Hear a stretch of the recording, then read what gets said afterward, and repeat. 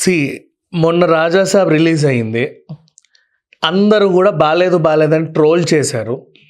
అంతకుముందు దర్శకుడు మాట్లాడిన మాటల్ని సబ్‌టైటిల్ అండ్ థంబ్‌నెయిల్స్‌లో వేసి మారుతి ఇంటి వద్ద టెన్షన్, మారుతి ఇంటికి క్యూ కట్టిన ఫ్యాన్స్, ఈ రాత్రికి మారుతి ఔటే, మారుతి ఎన్‌కౌంటరే, ఇదిగో అదే మారుతి ఇంటి వైపు వేగంగా వెళ్తున్న ప్రభాస్ ఫ్యాన్స్ వెహికల్స్ ఇక కాల్చివేతే, అమ్మ బాబోయ్!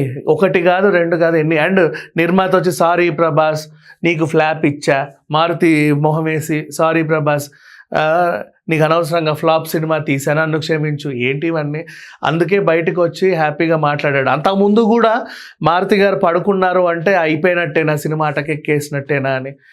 అరే కావాలని ట్రోల్ చేస్తారా, లేకపోతే ఏదైనా పని కట్టుకొని ఇదేమైనా షాడిజమా అర్థం కాదు. Everybody are doing the same. ఇంకా పచ్చిగా చెప్పాలి అంటే ఫిలిం నగర్ దగ్గర హడావిడి ఏదో చేశాడు. మారుతి ఆఫీస్ ఫిలిం నగర్ దగ్గర కాదుమా, అడగండి ఆయనే చెప్తాడు. మేము రోజు చూస్తూనే ఉన్నాం ఆఫీస్, అక్కడ ఎలాంటి హడావిడి లేదు, ఏ ఫ్యాన్స్ వచ్చి గొడవ చేయలేదు, ఏమీ చేయలేదు, అంతా ప్రశాంతంగానే ఉంది, అందరూ బాగానే ఉన్నారు. అండ్ నిన్న ఆయన ప్రెస్ మీట్, ఇప్పుడు మారుతి మీద దాడి అని మీరు రాశారు కదా, ఇప్పుడు ఆయన ప్రెస్ మీట్ పెట్టాడా? ఎవడన్నా ఉల్చి మొహం మీదకి గుడ్లు, రాళ్ళు, టొమాటోలు ఇసిరేయడం చూసారా? విన్నారు కదా, ప్రెస్ మీటే కదా అది. మరి ఆయన బయటికేగా వచ్చాడు. ఇట్లాంటివన్నీ రాసి ఒక సినిమాని తొక్కేయాలన్న ఈ షాడిజం ఎవరిదో ఏంటో ఎందుకు పుడుతుందో తెలియట్లా. బట్ ఇంకా అలాంటి వాళ్ళు ఉన్నారు, తయారవుతూనే ఉన్నారు. చూసే వాళ్ళని కూడా చూడకుండా చేస్తున్నారు.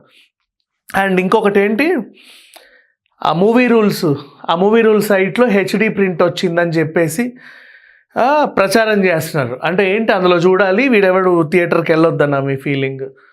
ఇంత దరిద్రంగా తయారయ్యారంటే సరే వాట్ ఎవర్, దాని తర్వాత మాట్లాడుకుందాం. ఈ మళ్ళీ నేను కూడా అందరికీ ఉచితంగా సలహా ఇచ్చినట్టుంది, ఓటీటీలో ఉంది, అది అందులో ఏదో ఉందని.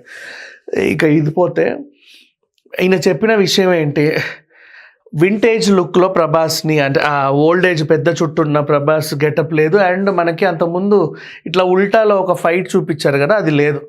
అవి లేకపోయేసరికి ఇంకా ఏమీ లేదు అని చెప్పేసి ఫీల్ అయ్యారు ఫ్యాన్స్ అన్నట్టుగా పాపం ఈయన ఫీల్ అయ్యి అది మళ్ళీ యాడ్ చేశారు.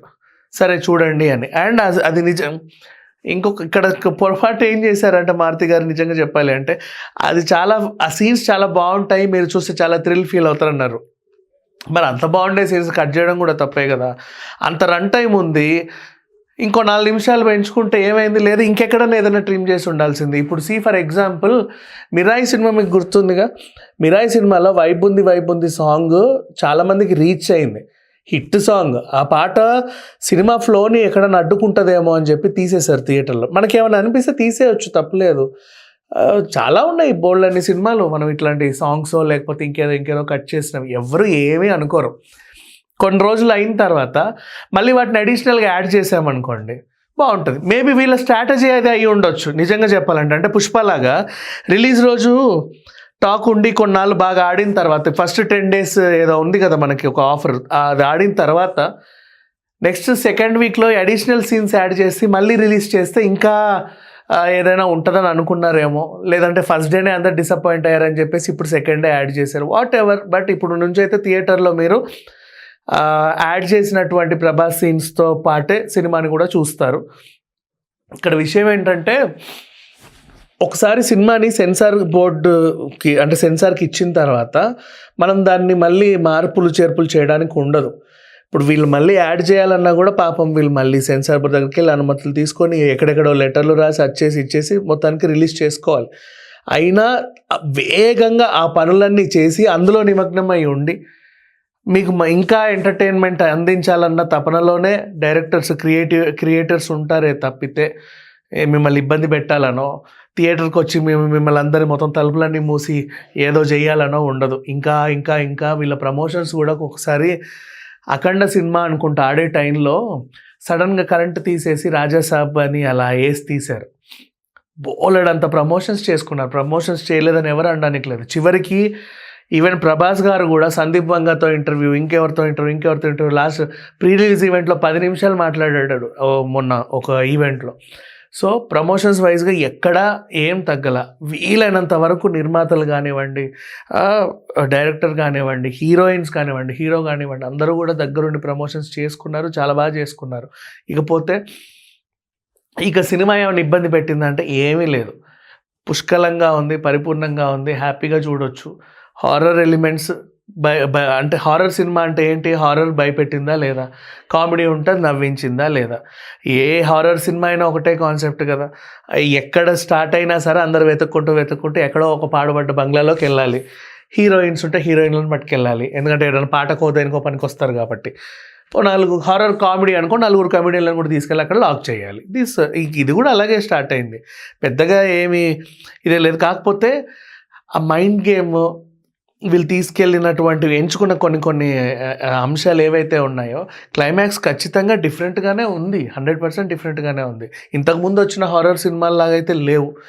పోలికలు అంటావా, అందరూ అనుకుంటూనే ఉంటారు అట్లుంది ఇట్లుంది అని. ఇప్పుడు విలన్ క్యారెక్టర్ చూస్తే పశుపతి గుర్తొస్తాడు, క్షుద్ర పూజలు. అవును, క్షుద్ర పూజలు ఎవరు చేస్తామని, నాది పినిశెట్టి ఉన్నాడు అఖండలో, ఆయనను చూసినా గుర్తు రావాలి. క్షుద్ర పూజలు అంటే అంతే కదా. అరుంధతిలో పశుపతి క్యారెక్టర్ బాగా హిట్ అయింది కాబట్టి దాని గురించి మాట్లాడుతుంది. ఇప్పుడు బాహుబలి హిట్ అయితే ఏ యుద్ధ బ్యాక్గ్రౌండ్ సినిమా వచ్చినా బాహుబలితోనే పోలుస్తున్నాగా అట్లా.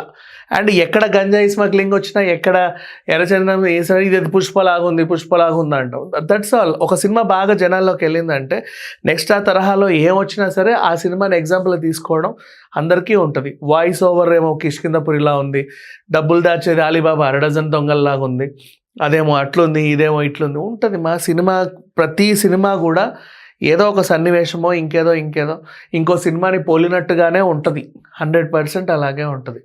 కానీ మనకి పెట్టిన డబ్బులకో లేకపోతే కాసేపు కూర్చున్న 3 గంటలకో ఎంటర్టైన్ అయ్యామా లేదా, అంతే, అంతమించి ఏం లేదు. లెక్కలు అన్నీ రాసుకోవడం. నిన్న వెళ్ళిన వాళ్ళందరూ ఎవరు సినిమా చూడలే 100%, ఎందుకంటే ఎత్తుక్కునే పనిలో ఉన్నారు.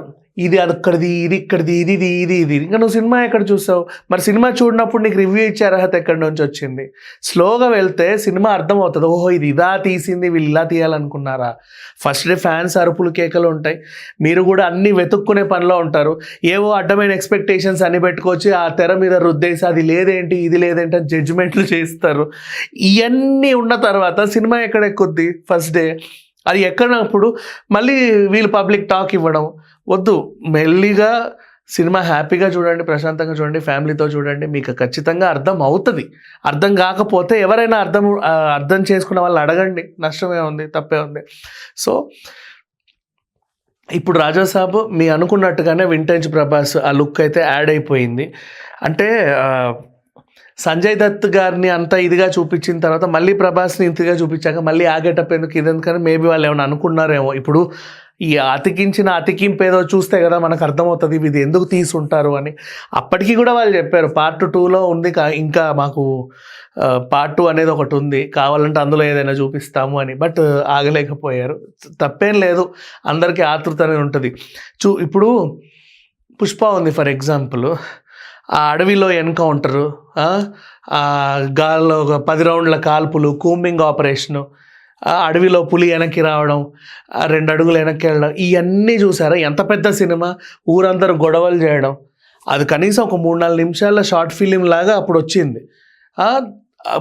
జైలు నుంచి వెళ్ళిపోవడం, ఇవన్నీ కూడా ఎవరు బాధపడలా. మళ్ళీ పుష్ప 2 చూసాం కదా, హ్యాపీగా చూసాం. దానికి ఇంకా అడిషనల్లో జపనీస్ది 20 నిమిషాలు అతికిస్తే ఇంకా మళ్ళీ చూసాం, రీలోడెడ్ వెర్షన్ అని చెప్పేసి.